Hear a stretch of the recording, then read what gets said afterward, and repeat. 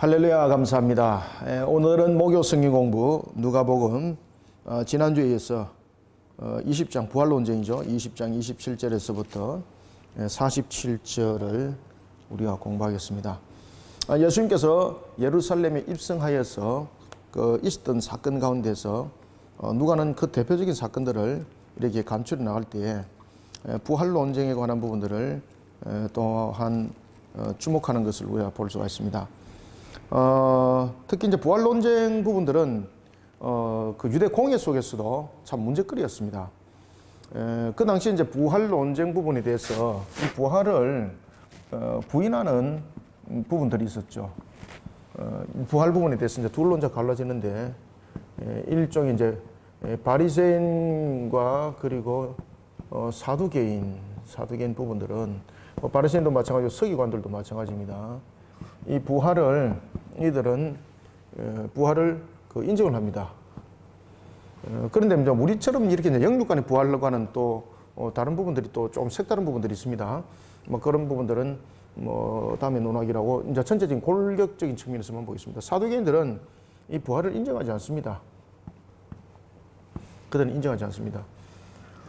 뿐만 아니라 이 부활 논쟁 부분에 대해서 이런 문제들을 다루고 있다면은 천사론에 관한 문제들도 사두개인과 서기관들은 이것을 인정하지만은 바리새인과 서기관들이 이것을 인정하지만은 사두개인은 이것을 인정하지 않습니다.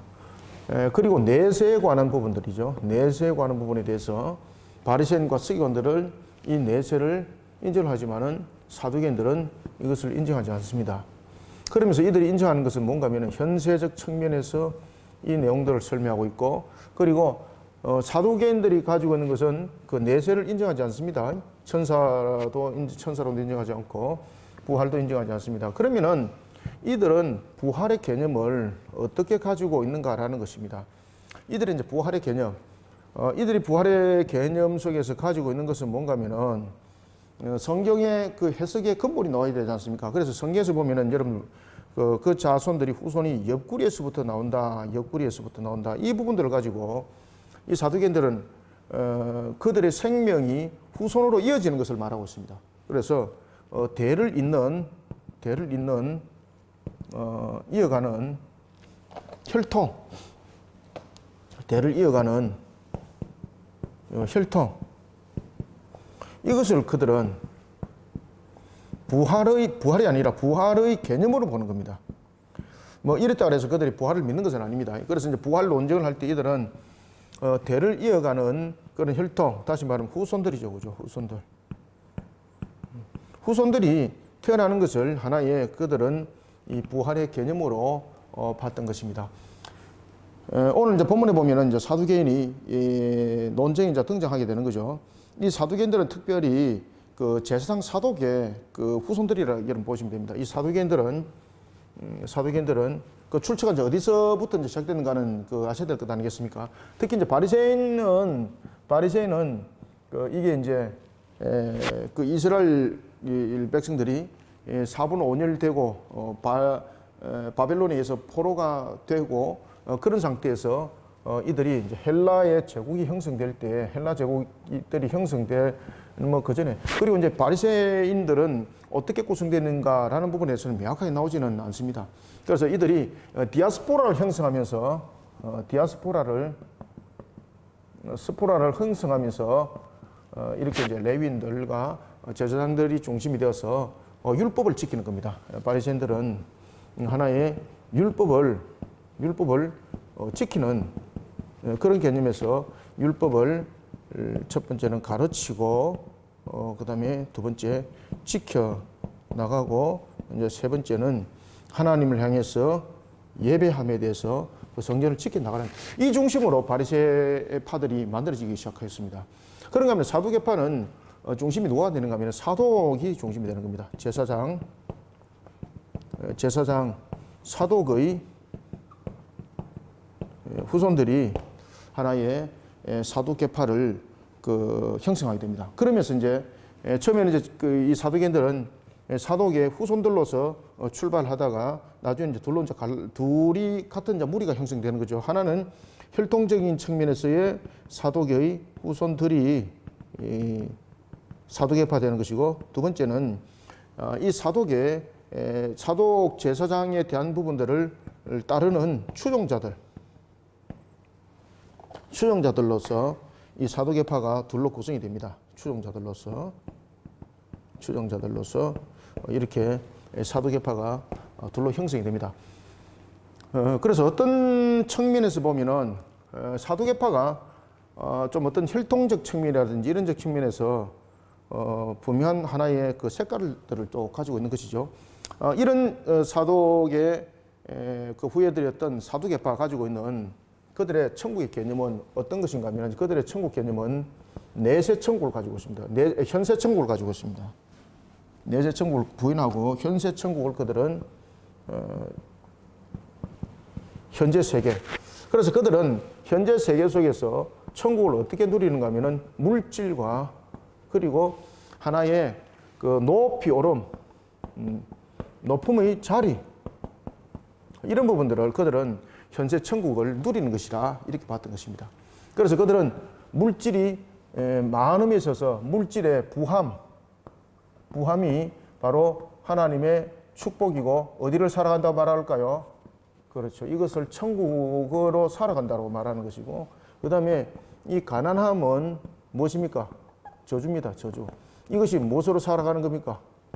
그렇죠. 이것이 지옥으로 살아가는 겁니다. 이 개념들을 가지고 있었습니다. 사두개인들이.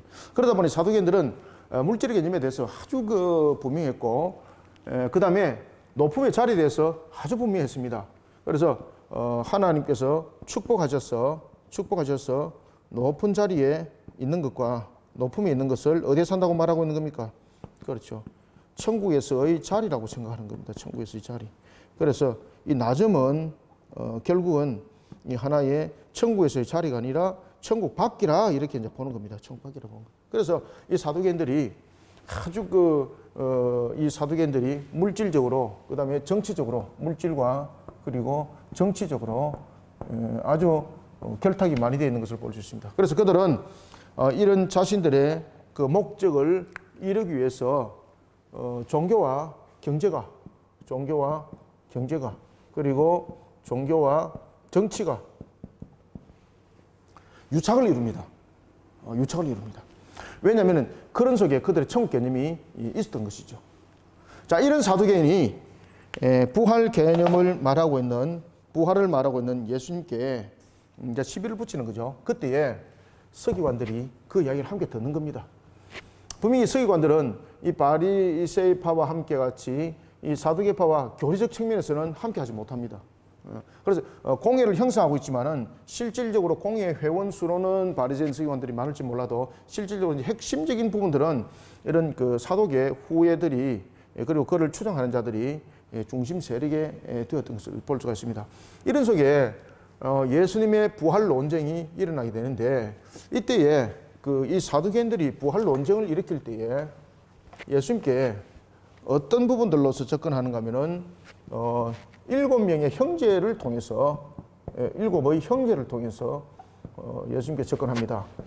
이 7이라는 것은 하나의 언약적 관점에서 언약의 관점이죠. 언약의 관점입니다. 7이라는 것 자체가. 7이라는 것은 말 그대로 우리가 완전수를 설명하고 있는 것이죠. 완전수. 완전수는 곧 또 무엇을, 어떤 관점을 가지고 있습니까? 그렇죠. 언약의 관점을 가지고 있습니다.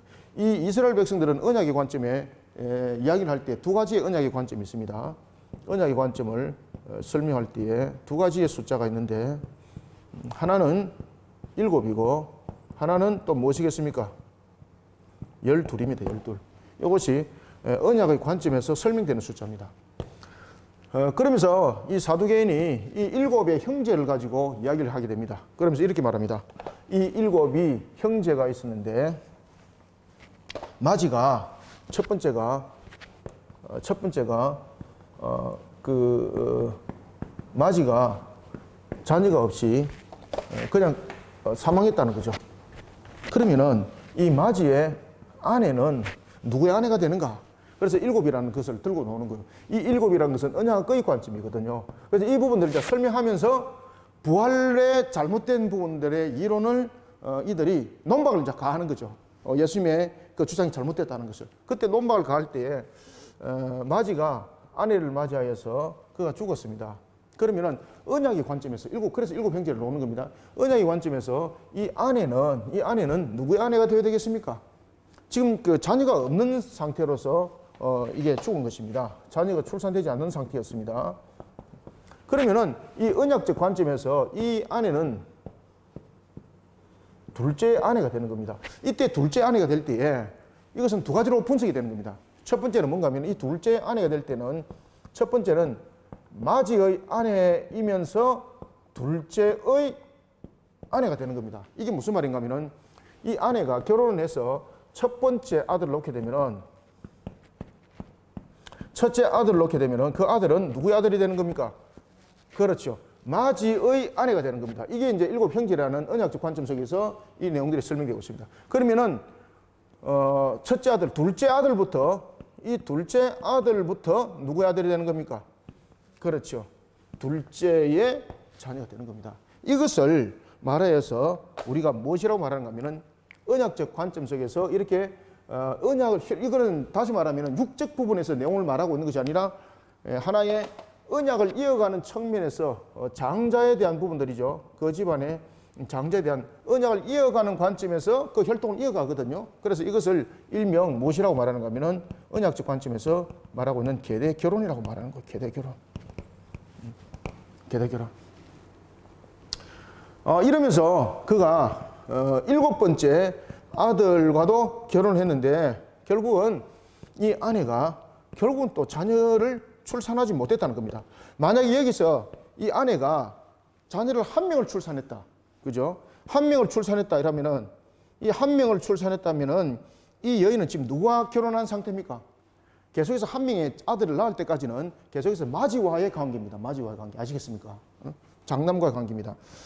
그래서 마지와의 관계적 측면에서 있어야 되는데 그런데 결혼만 했을 뿐인데 자녀를 출산하지 못했다는 거죠. 그러면은 예수 당신이 말하고 있는 부활 때에 모두가 다 지금 부활하지 않느냐. 첫째 아들, 둘째 아들, 셋째, 넷째, 다섯, 여섯, 일곱째 아들도 부활할 것이고 이 아내도 부활할 것이다. 그러면은 이 여인은 일곱 명의 남편을 전부 다 맞이했다. 그러면은 이 아내가 누구의 아내가 되느냐 이 말이에요. 그러면서 이 부활이라는 교리가 아주 말 그대로 윤리적 측면에서 교리적 측면에서도 잘 못됐지만은 하나의 윤리적 측면에서도 안 맞다는 거죠 이게. 이런 일이 있을 수 있느냐 말이에요. 그냥 엉터리를 끓여서 그것을 갖다 붙이지 마라. 이렇게 부활 논쟁을 가지고 예수님께 그가 이야기를 하게 됩니다. 그때 예수님께서는 뭐라고 말하는 거면은 너는 이 땅 위에서의 결혼과 그리고 부활에서 삶에 대해서 도무지 알지 못하구나. 이렇게 이제 말을 하고 있습니다. 자, 여기에 대해서 이제 제가 이제 먼저 말씀을 드리고 이제 본문들을 이미 진행을 해 나가겠습니다. 왜냐하면 이런 부분들을 좀 여러분들 생소한 부분들이 될 수 있고 또 개념적 측면에서도 알아야 되기 때문에 설명을 먼저 해드리고 들어가겠습니다. 자, 그러면은 우리가 천국에서 여러분들 이대로 말한다면 정말로 이 여인은 누구의 아내 되겠습니까? 누구의 아내 되겠습니까? 그래서 예수님께서는 뭐라고 말하는가 하면은 천국에서는 시집가고 장가가는 것이 아니다라고 말하고 있습니다. 자, 그러면은 우리가 부활된 상태에서의 우리가 천국에서 살아가는 것과 그리고 이 땅에서의 우리가 삶을 살아가는 것에 대해서 한번 봅시다. 하나님께서 이 땅을 삶을 살아갈 때 우리에게 축복하셨습니다. 어떤 축복을 하셨습니까?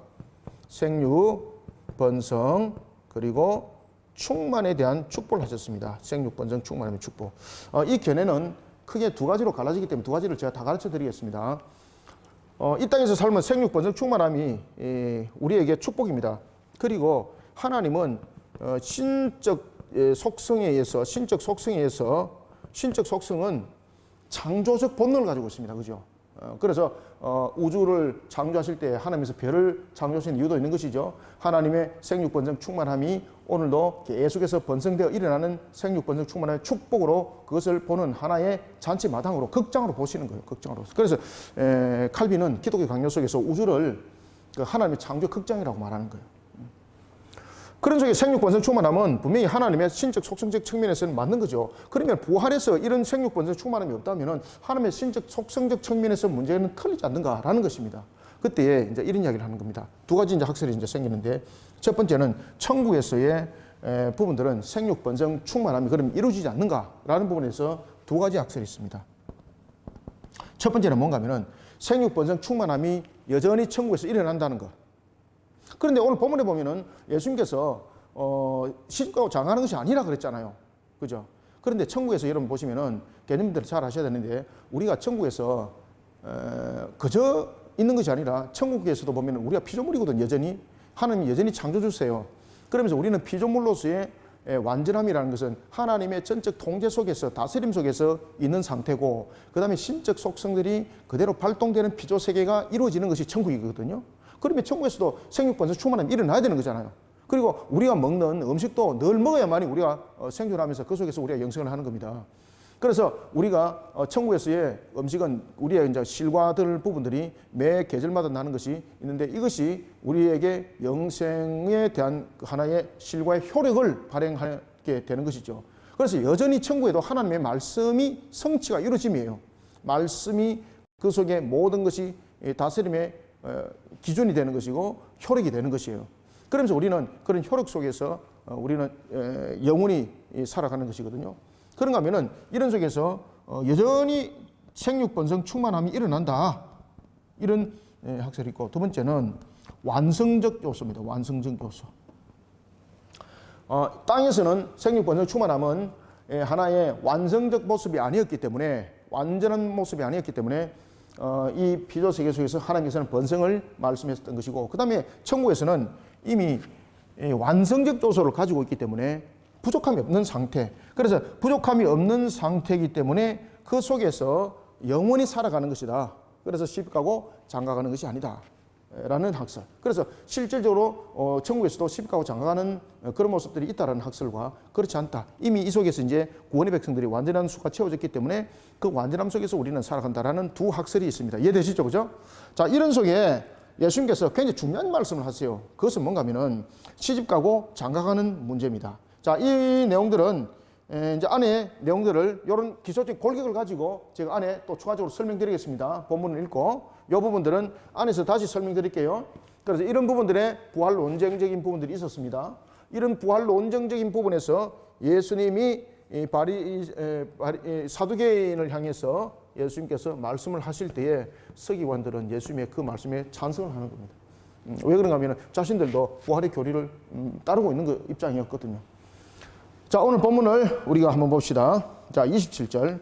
부활이 없다고 주장하는 사두개인 중 어떤 이들이 와서, 그래서 제사장 사도의 후손들 또는 추장자들로 구성되어 있는 사두개인들이죠. 이들은 대체로 전부 다 제사장급들입니다. 그죠? 그래서 이 사두개인들은 주로 이제 제사장급들인데, 제사장급들입니다. 제사장급들이 되다 보니까 공에서 이 중심 세력이 되는 겁니다. 중심 세력.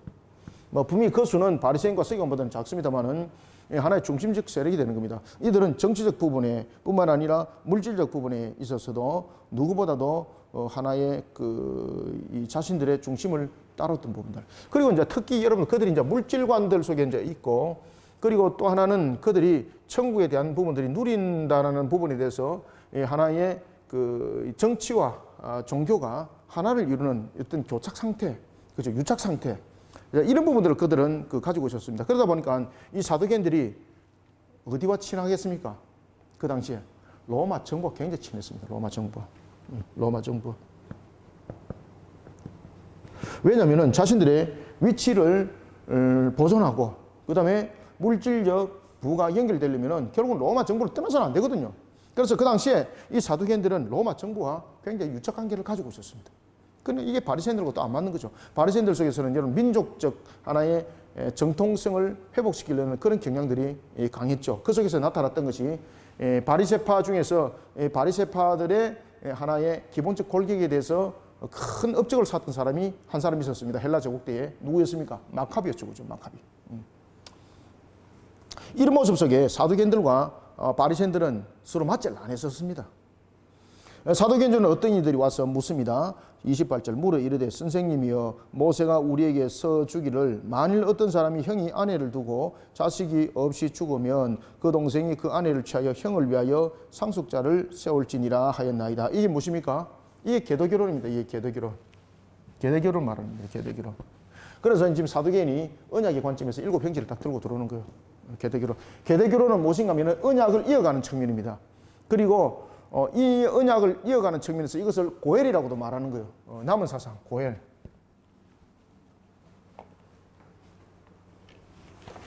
이것을 이제 고엘이라고도 말하는 겁니다. 고엘, 남은 사상, 남은 자의 사상. 그것을 계속 이제 이어가는 것이죠. 이 계대결혼적 측면에서 상속자를 세우는데 29절 그런데 7형제가 있었는데 마지가 아내를 취하다가 자식이 없이 죽었습니다. 30절 그 둘째와 셋째가 그를 취하고 31절 일곱이 다 그와 같이 자식 없이 죽었습니다. 만약에 자식이 태어났다면은 첫 번째 아들이 태어났습니다. 일곱 번째 그 형제 가운데서 이 아내와 함께 자녀를 취했습니다. 한 명의 자녀가 출산했습니다. 한 명의 자녀가 출산했습니다. 그러면은 이 여인은 사두개인들의 해석으로 의하면은 이 여인은 부활 때 누구의 아내가 되겠습니까? 일곱 번째 아내가 안 되는 겁니다. 이 계도결혼 측면에서 몸은 그 형제를 빌렸지만은 실질적으로는 이 마지의 부분에 대해서 이어지는 거예요. 그러면은 결국은 마지의 아내가 되는 거예요. 그죠? 그런데 문제가 이제 보면은 첫 번째 아들 놓고 두 번째 아들 놓고 세 번째 아들 낳았다. 그러면은 이 아내는 누구의 아내가 되는가라는 부분에 또 이제 문제가 또 생기게 되는 거죠. 이제 그래서 아이를 하나 낳았습니다. 그 이야기를 아예 안 하는 거예요. 그러면 이게 굉장히 모호한 상태가 되는 거예요. 아이가 한 명을 출산했다면 이 아내는 결국은 마지의 혈통을 이어간 것입니다. 그러면 마지의 아내가 되는 거예요. 자, 여러분들 이 부분들이 어디서 우리가 증명할 수 있는가 하면 창세기 보시면 바로 나타납니다. 창세기 여러분 38장에 보면은 우리가 어떤 사건이 있습니까? 창세기 38장에 보면은 유다가 자신의 며느리 다말과 그런 어떤 관계를 통해서 상속이 태어났죠. 그죠? 창세기 여러분 38장 한번 보십시오. 창세기 38장에 보시면은 유다가 다말과 관계를 맺게 되는 거죠. 이때에 분명히 이 다말은 유다의 아내가 아닙니다. 그런데 자녀가 태어났습니다. 그죠? 상둥이가 태어났습니다. 태어난 측면에서 상태입니다. 이것은 유다의 자녀가 아닌 것입니다. 그래서 유다가 그 다음에는 27절에 보면은 27절 이하에 여러분들 보시면은 그 이후에 유다가 며느리와 동침하지 않습니다. 왜 그렇습니까? 이 이후에 며느리와 동침하여서 자녀를 낳게 되면은 이 며느리는 누구의 아내가 되는가? 그죠? 아들의 아내도 되고 시아버지 아내도 되는 거예요, 지금 이게. 그래서 유다가 동침하지 않습니다. 아시겠습니까? 그러면은 이 아내는 누구의 아내입니까? 자신의 첫 번째 아들의 아내가 되는 겁니다. 그래서 이 상태 속에서 낳았던 아이가 유다의 자녀가 아니라 누구의 자녀가 되는 겁니까? 그렇죠. 그의 아들의 자녀가 되는 겁니다. 아들의 자녀. 아시겠습니까? 이것이 전부 다 계대결혼적인 측면에서의 내용들입니다. 계대결혼. 자, 그래서 일곱이 전부 다 자녀를 출산하지 못했다. 이야, 이거 예수님을 엄청 곤란하게 만들게 되는 것이죠. 이래 되면 예수님께서 부활에 대해서 이야기할 때 순응틀이다 라고 말할 수 있는 하나의 논리적 측면에서 아주 논박이 확실한 것이라 여기고 사두개인들이 휘파람을 불면서 제시를 딱 했습니다. 그러니까 예수님께서 뭐라고 말씀하시는가 하면 이렇게 말씀하십니다. 33절 이하를 보겠습니다. 일곱이 다 그를 아내로 취하였으니 부활 때에 그 중에 누구의 아내가 되리까? 그때 예수님께서 거침없이 말씀하십니다. 34절 예수께서 이르시되 이 세상의 자녀들은 장가도 가고 시집도 가되. 이거는 무슨 이야기죠? 이 세상에서 생육번성 충만할 수 있는 방법은 결국은 무엇입니까? 시집 장가가는 속에서 생육번성 충만함이지 않습니까? 그리고 하나님의 나라는 완성이지 않습니까? 그런 측면에서의 이 부분들을 설명하는 거예요. 이 땅과 천국을 네가 잘 구별해라는 겁니다. 그래서 이 부분들은 두 가지 관점으로 이제 보셔야 되는 겁니다. 자, 예수님께서 이렇게 말씀하시는 거예요. 이 땅과 천국을 잘 구별하라는 겁니다. 이 땅은 여전히 완성되지 못한 땅이죠. 그죠? 이 땅은 하나님께서 완성을 이룬 측면이 아니라 천국을 이어가는 측면에서 이 땅을 하나님께서 만드셨다는 것이죠. 이때에 이 땅에서는 이 일어나고 있는 천국의 맛을 생육, 번성, 충만함으로 이 내용들을 본다면은 천국은 어떤 단계입니까? 완성된 상태입니다. 완성된 상태. 완성된 상태이기 때문에 더 이상 이런 하나의 시집가고 장가가는 이 내용들은 있을 수가 없다는 거죠. 그리고 이 땅에서는 인간의 죄로 인하여서 나고 그리고 죽음이 있는 거죠. 나고 죽음이 있기 때문에 그 생명이 영원하지 못하는 거죠. 그렇기 때문에 생육 번성 충만함이 있어야 된다는 겁니다. 첫 번째. 그런데 두 번째는 인간이 죄를 범하기 전에 하나님께서 이미 생육 번성 충만함 축복을 했잖아요. 그죠? 그렇기 때문에 첫 번째 관점에서는 인간이 나고 죽는 것이 이 땅에서 생육 번성 충만함이 되는 것은 시집가고 분명히 장가가는 속에서 그 문제들이 이어지는 것입니다. 그러면은 이 땅에서 생육 번성 충만하는 것은 우리의 나고 죽음에 대해서 그 모든 것들이 함께 이어지는 속에서의 상태를 말하고 있고, 그 다음에 또 하나는 두 번째는 무엇입니까? 하나님의 신적 속성적인 측면에서 인간이 죄를 범하기 전에 이미 생육 번성 충만함 축복을 하셨어요. 그죠? 그러면은 이 상태에서 이미 시집가고 장가간다라는 그 부분들이 성립되지 않습니까? 그런데 이때에 시집가고 장가가는 것과 죄를 범하고 난 뒤에 시집가고 장가가는 것은 다릅니다. 인간이 죄를 범하기 전에는 시집가고 장가간다는 개념이 아니라 가정을 가지는 개념이시죠. 그죠? 그래서 이때는 생육 번성 충만함의 부분들이 어떤 육적 부분들이나 정욕적 부분들이 이 속에 결부되지 않는 상태에서 생육 번성 충만합니다. 그런데 인간이 죄를 범하고 난 뒤에는 나고 죽음 속에서 시집가고 장가가는 속에서는 무엇이 이 속에 결부되는 겁니까? 육신적인 부분들, 정욕적인 부분들이 이 속에 결부가 되는 것이죠. 그죠? 그렇기 때문에 하나님의 나라의 완성을 이룬 측면에서는 지금 예수님께서 무슨 말씀하시는가 하면 두 가지 이야기를 다 합니다. 예수님께서 시집가고 장가가는 것이 아니다 라고 말하는 것은 실질적으로 이 이론들이 이렇게 성립되는 겁니다. 실질적으로 천국에서도 생육 번성 충만함이 이런 결혼이 성립될 수 있다. 그런데 우리가 지금 인간이 죄를 범한 상태에서 육적인 부분에서 결혼을 하고 시집가고 장가가는 그런 정욕적인 이런 요소, 인간의 이런 욕망적 요소, 이런 부분들이 그 속에는 없다. 그 속에는 없다. 그러면서 생육 번성 충만한다. 완전한 상태. 그래서 이 부분들을 두 가지로 다 설명하고 있다라고 이렇게 말하고 있습니다. 그런데 뭐 실제로 우리가 천국에 안 가봤으니 모르니까 일단 천국에 가보면 답은 나오겠죠. 그죠? 그래서 이런 부분에 두 가지 학설이 있다는 것은 좀 알고 이렇게 들어가는 게 좋습니다. 그래서 예수님께서 말씀하신 것은 뭔가 하면은 지금 이 사두개인이 질문하는 것은 뭔가 하면은 결국은 이 언약적 관점에서 이 내용들을 보는 것이 아니라 그의 시집가고 장가가는 것은 지금 육적 부분에서 이 부분도 접근을 했던 거예요. 그렇기 때문에 예수님께서는 천국은 이런 육적 부분에 대해서 생육 번성 충만함 없다. 완전한 상태에서 이미 일어난 것이다. 그러니 천국은 시집가고 장가가는 것이 아니다. 라고 말한 것은 인간의 정욕적이고 육적 상태 속에서 일어나는 그러한 시집가고 장가감. 아시겠습니까? 이 상태를 설명하고 있다. 이렇게 이제 볼 수가 있는 겁니다. 이해가 조금 되셨습니까? 35절 보겠습니다. 저 세상과 및 죽은 자 가운데서. 그래서 이제 죽은 자, 여러분, 죽은 자는 어떻게 해서 죽은 자가 나타나는 겁니까? 인간의 죄로 인함이죠. 인간의 죄로 인함. 그죠? 그래서 여기서 예수님께서, 이 땅에서 나고 죽음에 대해서는 인간의 죄로 인한 것에 대해서 나고 죽음이고, 그 다음에 인간이 죄를 범하기 전에, 이것은 죄를 범함입니다. 죄를 범하고는 나고 죽음이 생기면서 결혼이라는 것이 성립이 되었고, 인간이 죄를 범하기 전에도 이 속에 결혼이라는 제도가 성립됐죠. 그죠? 이때도 분명히 생육 본성 충만함의 남이죠.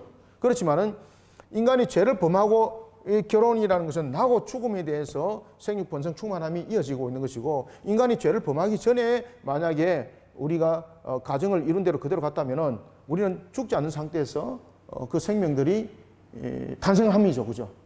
그래서 어떤 측면을 이야기를 하든 예수님께서 말씀하신 것은 천국의 부분은 완성이라는 부분들 항상 개념을 두라는 겁니다. 완성. 그러면 완성이라는 측면에서는 이렇게 인간의 육적 측면에서 나고 죽음의 그러한 것들 속에서 우리에게 필요한 결혼, 이 제도가 아니라는 것이고, 또 하나는 정욕적 부분들 속에서 인간의 어떤 그 육적 요소를 해결하는 부분들, 그 다음에 어떤 정욕적인 부분들에서 해결하는 부분들, 이런 부분들이 아니라는 거예요. 여러분들 아시겠습니까?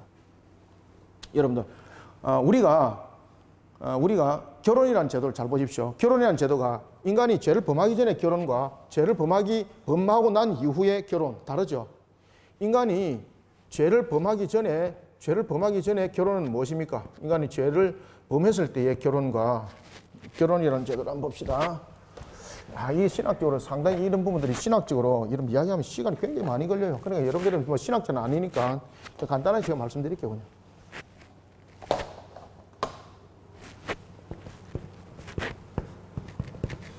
자, 결혼이라는 부분에 대해서 죄를 범하기 전에 결혼은 무엇입니까? 서로의 보필입니다. 보필. 정욕적인 문제가 없습니다. 그래서 그들이 벗었음에도 불구하고 부끄러움을 몰랐죠. 그죠? 근데 인간이 죄를 범하고 난 뒤에 제일 먼저 발동된 것이 무엇입니까? 성적 문제입니다. 성적 문제. 그래서 제일 먼저 인간이 죄를 범하면서 무엇을 가렸습니까? 성기를 가렸잖아요. 남녀가 성기를. 아시겠습니까? 인간이 죄를 범하기 전에는 결혼은 보필입니다. 그런데 인간이 죄를 범하고 난 이유는 결혼 문제가 복잡해집니다. 첫 번째는 보필이 동일한 부분들이 보필입니다. 그런데 성립이 되는 것이 또 하나가 있습니다. 그것은 무엇입니까? 정욕적인 문제를 해결하는 겁니다. 정욕적인 문제를 해결하는 측면에서 이 결혼이 등장하는 겁니다. 아시겠습니까? 성적 문제. 그렇지만 죄를 범하기 전에는 이 정욕적인 문제가 이 속에 성립이 되지 않았습니다. 그러면은 결혼이라는 부분들이 이 땅에서의 결혼이 이런 형식을 가지고 있다면은 그러면은 이 결혼이라는 부분이 천국에서는 그러면은 어떻는가 보자는 거죠. 그죠? 그래서 이 두 이론들이 등장하는 겁니다. 그러면은 천국에서도 보면은 인간이 죄를 범하기 전에 상태로 회복이지 않습니까? 완전함을 상태로 회복시키는 것입니다. 그럼 이 결혼이라는 부분들은 천국에서도 하나의 보필적 측면에서의 내용들을 담아 내려올 수 있다는 겁니다. 이런 측면에서 완성이라는 거예요. 완성. 그러면은 이 상태 속에서 우리가 천국의 삶을 살아갈 때에 부부관계에 형성되어 있는 의식은 안 가지고 있는가? 다 가지고 있습니다. 제가 아내가 있는 것처럼 여러분들이 남편이 있고 아내가 있는 것처럼 똑같은 부분의 의식을 다 가지고 우리가 부활합니다. 그죠? 그러면 아내를 찾고 자식을 찾는 거잖아. 그죠? 그 관계가 총정리되는 것이 아닙니다. 그 관계가 그대로 이어지는 겁니다. 그런 측면에서의 천국. 그 다음에 천국에서도 여러분 보시면 열매가 있죠. 계절마다 열매를 맺는다 그랬죠. 그러면 분명히 천국에서도 나옴에 있어서 계속해서 성장이 있고 열매가 맺어지는 역사가 있고 그 열매를 또 먹음이 있는 거잖아요. 그런 측면에서의 결혼이라는 하나의 부분들이 이런 가정을 이루는 것이 현재와는 달리 아담에 있었던 이 모습 속에서의 하나의 가정이라는 부분들이 성립이 될 수 있다. 그래서 이런 하나님께서 예수님께서 말씀하신 완성을 이루는 부분들이 이렇게 일어나지 않을까라고 이제 볼 수가 있는 거예요. 자, 34절 봅시다. 예수께서 이르시되 이 세상의 자녀들은 장가도 가고 시집도 가게. 이거는 무슨 뜻입니까? 여기서 장가가고 시집 가는 것은 뭐예요? 죽고 나고 있어서 시집 가고 장가가는 측면에서 이것은 두 가지 조건들을 형성하는 거죠. 하나는 정욕적인 문제 해결, 보필적 측면의 문제, 그죠? 서로 남녀는 돕고라는 부분에서 하나의 가정을 이루는 것이고, 그리고 또 하나는 정욕적인 문제에 대한 해결이 인간에 나타났던 제일 먼저 첫 번째 범죄 속에서 나타났던 모습이거든요. 그래서 이제 우리 사회 속에서 범죄 가운데서 어떤 범죄가 지금 제일 많이 일어나요? 성적 범죄 아시겠습니까? 그래서 성적 범죄를 우리는 이것을 단순한 하나의 그 사람의 어떤 사이코패스에 대한 문제, 그 사람이 자라왔던 환경, 이거로만 보시면 안 돼요, 여러분들. 인간의 근본적 하나의 죄악 속에, 그 속에 들어있다는 것을 보셔야 됩니다. 그렇기 때문에 이 성적 문제도 모든 것들의 해결의 측면은 우리가 죄임을 알고 우리가 신앙 속에서 치료하는 것 외에는 치료법 없습니다, 여러분들, 이 자체가.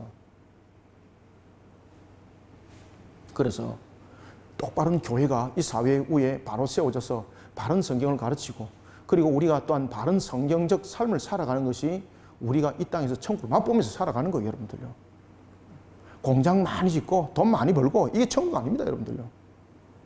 우리가 하나님의 말씀대로 다시 회복시켜서 살아가는 삶이 천국을 맛보는 거예요. 그러니까 우리의 삶의 형태이 완전히 지금 바뀌어야 됩니다. 지금 현재 삶의 형태를 보면은 마치 적그리스도 세력화되어 있는 그들에게 666에 대한 인침을 당하여서 살아가는 지금 그런 조건들을 만들어가는 삶의 형태가 바로 지금의 우리들의 삶의 형태의 모습들입니다.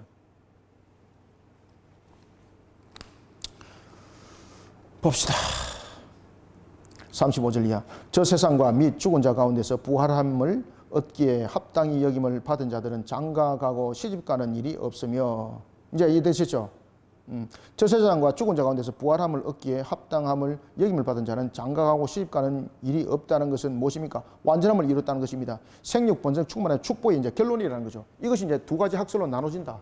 그죠? 여기서 저 세상 및 죽은 자 가운데서 부활함을 얻기에 합당히 여김을 받은 자가 장가가고 시집가는 일이 없다는 것은 이 장가가고 시집가는 이야기가 인간이 죄를 범한 상태에서 정욕 해결적 측면에서 그런 결혼은 성립이 이제 안 된다는 거죠.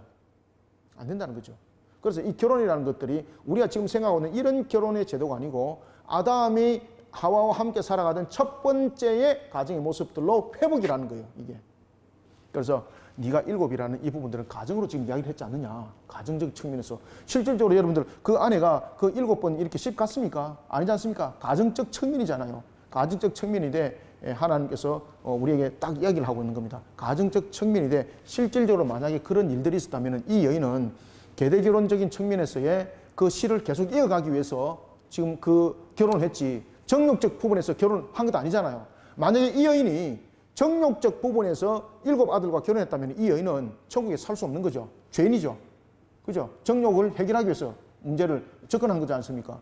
그러면은 만약에 천국에서 이 여인이 부활하여서 만난다면 누구 아내 되겠습니까? 맞이 아내입니다. 맞이 아내.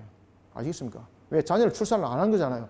7의 아들과 결혼할 때 정욕적 문제로서 결혼한 것 아니잖아요. 어떤 이유 때문에 결혼했습니까? 언약을 이어가는 관점에서 계대 결혼이잖아요. 이거는 창세기 38장에서 이미 답이 나왔어요. 그죠? 창세기 38장에서 유다가 다말과 자녀를 낳았습니다. 그럼 누구의 아내예요?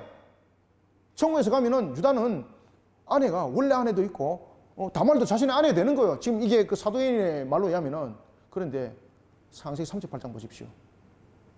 다말은 계속해서 며느리라고 말하고 있어요. 며느리. 계대 결혼 관점에서. 이제 이해되시죠? 그래서 저희들은 분명히 말할 수 있어야 되는 거예요. 그래서 예수님께서 이렇게 말씀하신 것은 누구의 아내라 말하지 마라라는 것은 분명히 천국에 가면은 맞이의 아내예요. 그 아내는.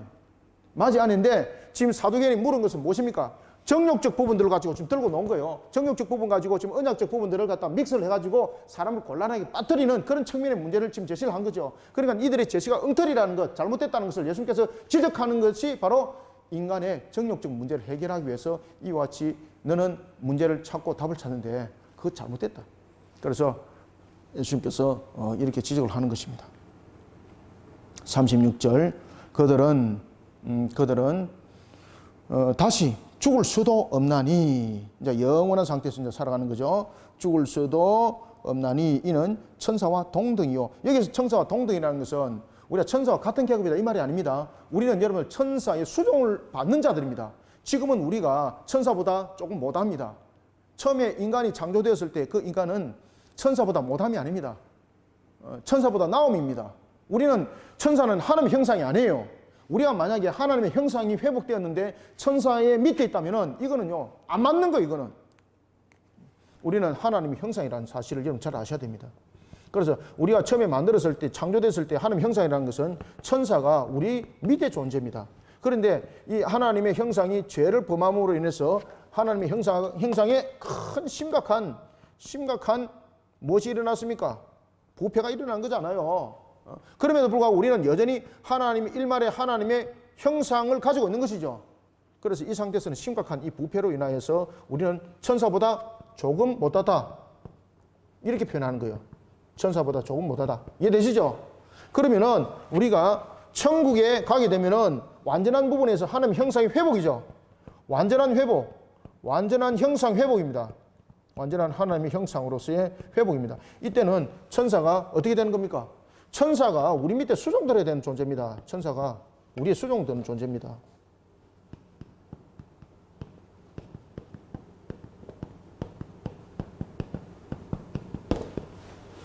정리됐죠?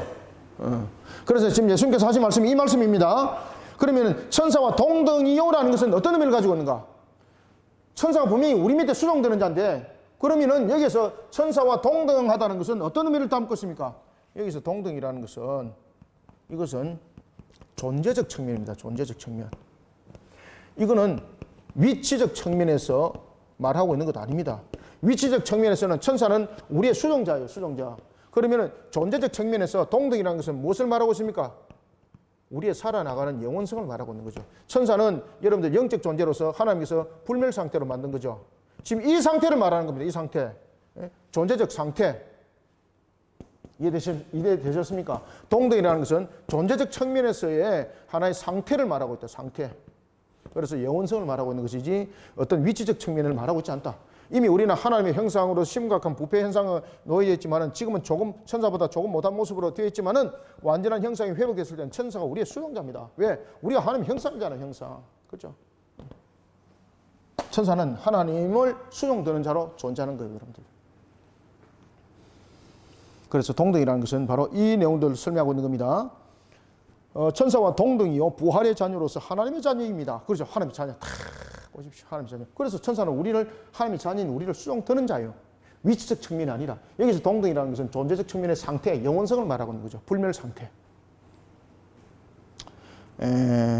37절 죽은 자가 살아난다는 것은 모세도 가시떨기에 관한 글에서 주를 아브라함의 하나님이요. 이게 이제 언약에 관한 부분들을 이야기를 하는 거죠. 아브라함의 하나님이요 이삭의 하나님이요 야곱의 하나님이시라 칭하였나니 하나님은 죽은 자의 하나님이 아니요 살아있는 자의 하나님이시라. 여러분들 하나님이 죽은 자의 하나님이 된다는 것은 어떤 의미입니까? 죽음은 저주잖아요. 하나님은 죽은 자의 하나님이 될 수가 없어요. 그런데 죽음도 쫓아서 하나님께서는 다스림이죠. 왜? 영원한 죽음이라는 것은 그 고통 속에서 살아가는 것, 저주 상태에서 살아가는 것, 이것을 말하고 있는 것이거든요. 자, 우리가 인간이 죽었습니다. 인간이 죽으면 죽은 것으로 끝납니까? 죽음이라는 것은 무엇입니까? 저주 상태에 놓여 있는 것을 말하고 있습니다. 그 부분도 여전히 하나님의 다스림이에요. 자, 이런 상태를 말하고 있는 겁니다. 그래서 우리에게 죽은 자가 살아났다라는 것은 우리에게 다시 영원한 축복 속에서 살아나가는 그 개념들을 말하고 있는 겁니다. 하나님은 죽은 자의 38절 하나님은 죽은 자의 하나님이 아니요 살아있는 자의 하나님이시라. 하나님에게는 모든 사람이 살아느니라. 여기서 모든 사람은 인류의 측면을 말하고 있고 모든 사람이 살아느니라 라는 것은 무엇을 말하고 있습니까? 마지막 종말의 심판을 말하고 있습니다. 마지막 종말의 심판에서 어느 생명의 부활로 죄인은 무엇입니까? 죄인은 불못의 죽음의 심판으로 영원히 그것을 모든 사람이 살아느니라 라는 부분들을 말하고 있습니다. 그래서 여기서 모든 사람이 살아느니라는 것은 의인은 생명의 부활로 살아가는 것을 말합니다. 죄인은 여러분들 잘 아시는 것처럼 심판으로 부활하죠. 우리가 이제 영원히 살아나가는 영혼적 측면에서 봅시다. 영혼적 측면. 우리가 모두가 다 부활합니다. 백보자 심판대에서. 심판대에서는 모두가 다 부활합니다. 심판대에서. 심판대에서는 모두가 부활하는데 신자와 불신자가 다 부활합니다. 영육간에 부활합니다. 영육간의 부활입니다. 신자와 불신자가 다 부활합니다. 백보자 심판대에서 전부 다 행위책으로 심판받죠. 행위책으로. 이 행위책으로 심판받을 때에 자, 신자는 그 행위 속에서 죄값을 갚았나요? 안 갚았나요? 이 속에서 대속이 성립되었습니다. 누구로? 예수 그리스도로. 그래서 예수 그리스도로 대속이 이루어졌기 때문에 심판에 있어서 그 죄를 갚음이 되는 것이죠. 그런가 하면은 여기서 행위적 측면에서 불신자들은 어떻게 되는 겁니까? 여전히 죄가 남아있는 상태죠. 그래서 그의 죄들은 누가 지불해야 되는 겁니까? 자신이 지불해야 되는 거죠. 자신이. 우리는 우리의 주가 우리 자신이 되어주셨습니다. 둘째 아담이 되어주셔서 첫 번째 아담의 죄를 대속하셨습니다. 그런 측면에서 우리는 어디로 부활이 영원히 어떻게 살아가는 겁니까? 영원히 천국에서 살아가는 모습이 되고 그 다음에 불신자들은 영원히 어디에서 살아가는 것이 되는 겁니까? 불못에서 살아나가게 되는데 이것을 둘째 사망이라고 말한다. 둘째 사망. 둘째 사망이라는 것은 죽어서 끝나는 것이 아니라 계속되는 저주. 계속되는 저주 상태. 이것을 둘째 사망이라고 말합니다. 그러면 이들이 어떻게 불못에서 영원히 살아나가는가? 꺼지지 않는 불입니다. 꺼지지 않는 불에 태워져서 이들이 영원히 살아갑니다. 자살 못합니다, 여러분들. 아시겠습니까? 우리는 어떻게 천국에서 영원히 살아가는가? 우리에게 계절마다 무엇이 있습니까? 우리 먹는 실과가 있죠, 그죠? 그래서 효력이 이 속에서 발행되어지는 겁니다. 자, 이런 속에 우리들의 모습들이 영원히 살아가는 겁니다. 그래서 모든 사람이 살았느니라 라는 것을 마지막 종말의 심판대에서 의인은 생명의 부활로 나타나는 것을 말하고 있는 거죠. 여기에 대해서 서기관이 동의를 하는 거죠. 당신의 말이 맞습니다.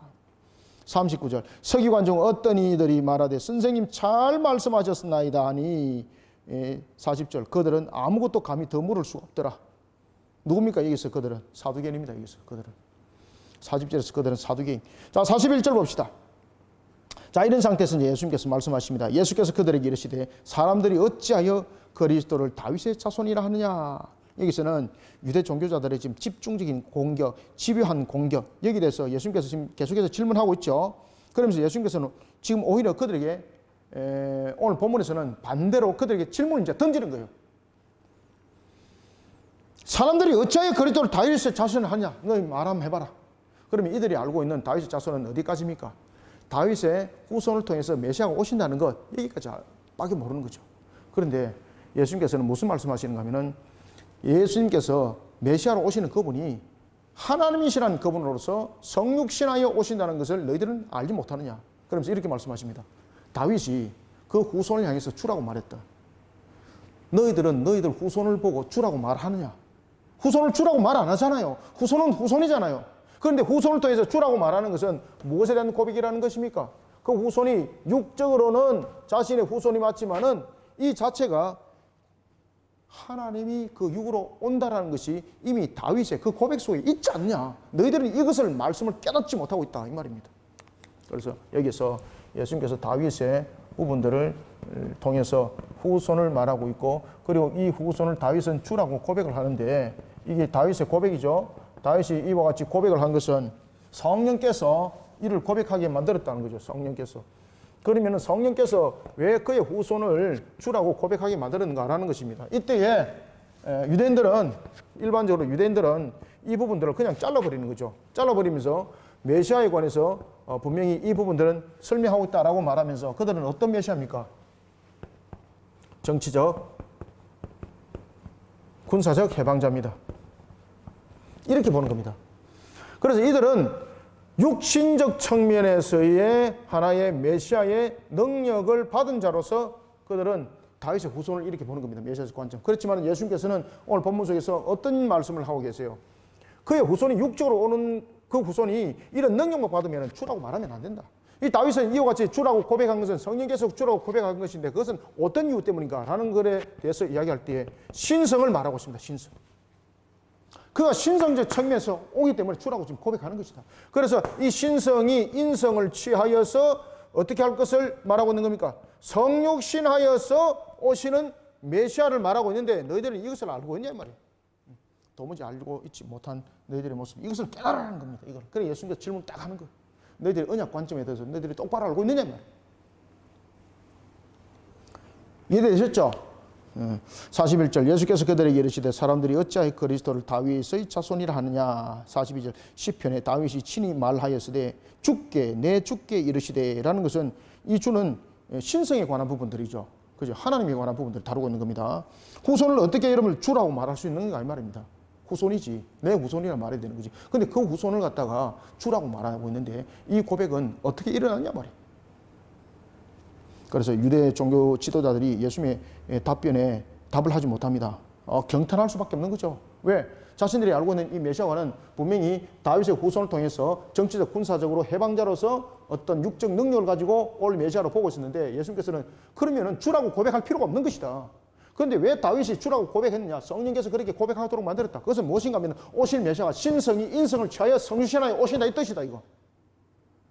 너희들은 이런 내용들을 똑바로 알고 있느냐 이 말이에요. 똑바로 알고 있느냐. 42절 시편에 다윗이 친히 말하였으되 주께서 내 주께 이르시되 43절 내가 네 원수를 네 발등상으로 삼을 때까지 내 우편에 앉았으라 하셨도다 하였느니라. 그런즉 다윗이 그리스도를 주라 칭하였으니 어찌 그의 자손이 되겠느냐? 이해되셨죠? 어찌 그의 자손이 되겠느냐 하시느니라. 아멘. 자 43절 한번 봅시다. 내가 네 원수를, 이거 여러분 무슨 내용입니까? 이게 창세기 3장 15절의 말씀의 성취를 이루심이죠. 그래서 여기서 내가 네 원수를 네 발등상으로 삼을 때까지라는 것은 언유적 표현이죠. 복종시킨다는 뜻이에요. 언유적 표현입니다. 이것은 언유적 표현을 썼던 이유가 있습니다. 왜 예수님께서 이 자체가 언유적으로 이 내용들이 표현이 되어지고 있는가 하면은 바로 사탄의 심판입니다. 사탄의 심판. 언유적 표현적인 측면에서 사탄의 심판을 말하고 있습니다. 사탄의 심판. 사탄의 심판. 여기서 오늘 본문에 나타나고 있는 발등상은 무엇입니까? 발판입니다. 발판. 발등상은 발판을 말하고 있는 겁니다. 발판을 밟아버리는 거죠. 그죠? 그래서 은주적 측면에서 사탄의 심판을 이 발등상을 통해서 말씀을 주고 있는 겁니다. 사탄이 심판의 주의 발 아래 그가 완전히 짓밟힘으로 창세기 3장 15절의 말씀의 성취를 이름이 아니냐.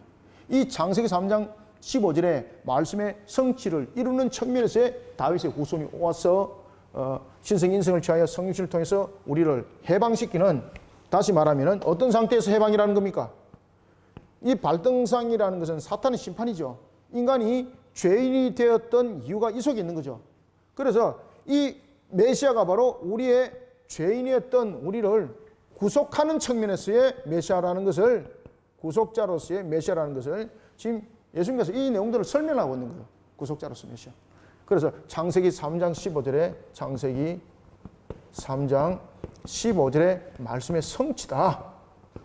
이 부분들은 다윗의 후손에 관해서 이 내용들을 설명할 때는 바로 창세기 3장 15절의 말씀의 성취를 이룹니다. 너희들은 이것을 도무지 알지 못하구나. 꼼짝 못하는 거죠. 43절, 44절 그런 의미에서 다시 한번 읽어보겠습니다. 내가 네 원수를 네 발등상으로 삼을 때까지 내 우편에 앉아 있으리라 하셨도다. 창세기 3장 15절의 말씀의 성취입니다. 하였느니라. 그런즉 다윗이 그리스도를 주라 칭하였으니 어찌 그의 자손이 되겠느냐. 이 말은 무슨 말이죠? 다시 말하면은 육신의 후손이 아니라는 거예요. 육신의 후손적 측면에서 메시아가 아니라는 거죠. 주라고 고백한다는 것은 신성을 지금 말하고 있는 것이지 인성적 측면에서 고백이 아니다. 그러면 신성적 측면에서 이 주라는 것은 신성이 인성을 취하여서 육신적으로 실질적으로 이 땅에 올 것을 말하고 있는 것이다. 그 오신 목적은 무엇인가? 우리의 메시아로 분명히 오는데 너희들이 말하고 있는 것처럼 정치 군사적 해병자로서의 메시아가 아니라 죄인으로 하여금 창세기 3장 15절에 이 내용을 성취하기 위함이다. 창세기 3장 15절에 창세기 3장 15절에 하나님께서 무엇을 통해서 언약했습니까? 여인을 후손을 통해서 언약하심. 그 언약의 성취를 이루기 위한 죄인의 구속자 올 것을 우리에게 말하고 있었는데 너희들은 이것을 도무지 알지 못하구나. 그러니까 예수님께서 그렇게 질문을 던지는데 아무도 답을 못하는 거예요. 아무도 답 못하는 거죠. 그러면서 예수님께서 서기관들과 이제 종교 지도자들이 예수님께 말 한마디 못하고 떠납니다. 떠난 그 장면 속에서 제자들이 우쭐했겠죠. 그죠? 우리 우리가 지금까지 따르고 있는 주님, 3년 동안 좀 따라다녔던 주님, 야, 역시 대단하구나. 그러면서 우쭐함이 생기지 않겠습니까? 그때 예수님께서 제자들에게 다시 한 번 더 교만에 이르지 못하도록 가르침을 주는 것이 바로 45절부터 47절입니다. 자, 45절 봅시다. 모든 백성이 들을 때 예수께서 그 제자들에게 이르시되, 이것이 무슨 내용이라고요? 기록해 놓으세요. 이 내용은 바로 서기관들과 사도견들과 같은 종교 지도자들이 예수님의 그 말씀에 꼼짝하지 못하고 떠난 이유입니다. 떠난 이후에 제자들이 어떻게 되는 겁니까? 마음이 우쭐한 거죠. 자칫하면은 교만해질 수 있는 거죠. 그죠? 자칫하면은 제2의 서기관이 될 수 있는 거죠. 그래서 예수님께서는 그것을 이미 아시고 예수님께서 제자들의 교만한 마음을 지금 책망하고 있습니다. 제자들의 마음을 책망하고 있습니다. 책망하면서 지금 제자들을 가르치고 있습니다. 너희들 이와 같이 되지 마라. 되지 마라. 46절. 긴 옷을 입고 다니는 것을 원하며 시장에서 문안받는 것과 회당의 높은 자리와 잔치의 윗자리를 좋아하는 서기관들을 삼가라. 지금 제자들이 어느덧 자신들의 마음속에 이런 부분들이 우쭐함이 생겼던 거죠. 야, 그러면은 주님께서 이렇게 말씀하셨는데 우리의 입장은 같이 함께 올라감이죠. 그래서 예수님께서 탁 제자들에게 책망하면서 경고를 하는 거예요. 그래서 예수님께서는 무엇입니까? 섬김을 받고자 하는 그 악한 마음을 제거시키는 거예요. 지금 제자들은 이런 측면에서 인간이 가지고 있는 이런 죄 속성들 다 그렇거든요. 우리가 겉으로 볼 때는 인간이 거룩해 보이도 여러분 거룩한 인간은 단 한 명도 없습니다. 지금 이 상태 속에서 제자들에게 나타났던 것은 뭔가 하면 자신들도 함께 우쭐하면서 올라갔던 거죠. 그러면서 자신들은 마치 서기관들처럼 그리고 사도견들처럼 섬김을 받는 측면에서 위치로 자신들을 지금 올려버리는 거예요. 그래서 예수님께서 그걸 딱 꿰뚫어 보시고 뭐라고 말씀하세요? 섬김을 받기를 원하는 악한 마음을 버리라는 거예요. 너희들이 나의 제자가 된 것은 섬김을 받기 위한 높은 자리에 오르는 것이 아니라 너희들이 낮은 자리에 섬기는 자가 되고 그런 상태에서 죄인을 구원한 측면에서 너희들은 오히려 희생의 도구가 되어야 되는 것이다. 그것이 제자도다. 이 부분들을 예수님께서 설명하는 거예요. 47절 그들은 과부의 가산을 삼키며 외식으로 길게 기도하니 그들이 더 엄중한 심판을 받으리라 하시니라. 아멘. 예수님께서 마지막으로 이와 같이 제자들에게 섬김을 받기 위한 그런 악한 마음을 버리고 제자도로서의 바른 길을 걸어가라는 겁니다. 바른 제자도의 길을 걸어라. 오늘도 우리에게 주신 말씀을 우리가 삼가 잘 깨달으셔야 됩니다. 좀 이 부활 논쟁 같은 경우는 두 가지의 부활 논쟁적인 측면의 내용들이 있다 그랬죠. 부활적 측면에서 육적 부활과 영적 부활. 그 다음에 또한 천국에서도 우리가 부활의 두 관점이 있다. 생육반전 충만함의 측면에서 봤을 때는 가정이라는 부분들이 성립이 될 수 있다. 그런데 예수님께서 결혼하고 하는 것이 아니다. 시집가고 장가하는 것이 아니다. 라고 말하는 것은 서기관, 누굽니까? 사두개인들이 말하고 있던 그 이유들은 정욕적 측면에서의 예수님을 걸고 넘어진 측면에서의 그 내용의 접근이었거든요. 그래서 너희들이 말하고 있는 결혼이라는 것은 이 세상에서 살아가는 어떤 그러한 육적 문제 이런 부분들을 만족을 채워나가는 측면에서 결혼이 아니다. 그래서 완성, 완전이라는 부분들로서 예수님께서 시집가고 장가가는 것이 아니다라고 말했던 것입니다. 이런 측면에서 우리가 천국에서 우리의 삶들은 두 가지 모습들의 견해를 가질 수도 있다라는 부분에서 우리는 접근해야 된다. 그런데 이것을 또 보지도 못한 부분들을 가지고 그것을 아주 이론화 만들어서 펼쳐나가고 가지를 펼쳐나가고 이렇게 해서는 안 되는 거예요. 여기서 스톱하셔야 되는 거예요. 이런 측면에서 우리는 또한 천국을 기대하고 소망하면서 이 땅 위에 또한 말씀의 성취를 이루는 그런 아름다운 가정들을 이루어가는 말씀의 가정들이 또한 되면서 천국을 가정 속에서 또한 만들어가는 저와 여러분이 다 되시길 소망합니다. 오늘 주신 말씀을 여러분 잘 새기시고 하나님의 영광에서 힘있게 달려가기에 부족함이 없는 우리 모두가 되기를 소원합니다. 살아계신 아버지 하나님, 주께서 베푸시는 은혜를 감사드립니다. 오늘도 우리에게 목요 성경 공부를 통하여 하나님께 영광 돌리게 하시고 주의 거룩한 산 역사의 걸음을 걷게 하시니 감사합니다. 주님의 선한 손길이 오늘도 우리를 붙들어 주시고 인도하여 달려가게 하심을 감사드립니다. 언약의 백성답게 하나님의 자녀답게 이 땅의 삶을 살아갈 때도 세상 속에서의 정욕을 살아가는 것이 아니라 새하늘과 새 땅을 바라보면서 살아가는 자들이 되게 하여 주시고 세상 속에서 펼쳐나가는 그러한 지위와 물질관이 아니라 천국의 관념 속에 우리는 오늘도 살아가는 물질관과 자신의 삶의 위치를 돌아보는 자들이 되게 하여 주옵소서.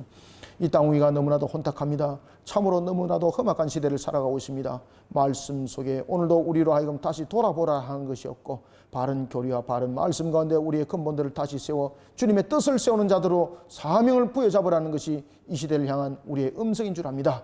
이런 환경 속에 우리는 주님의 음성을 더욱더 긴밀하게 듣고 하나님의 사명 사역을 힘있게 감당해 나가는 우리 모두가 되게 역사하여 주시옵소서. 예수님의 이름으로 기도드립나이다. 아멘.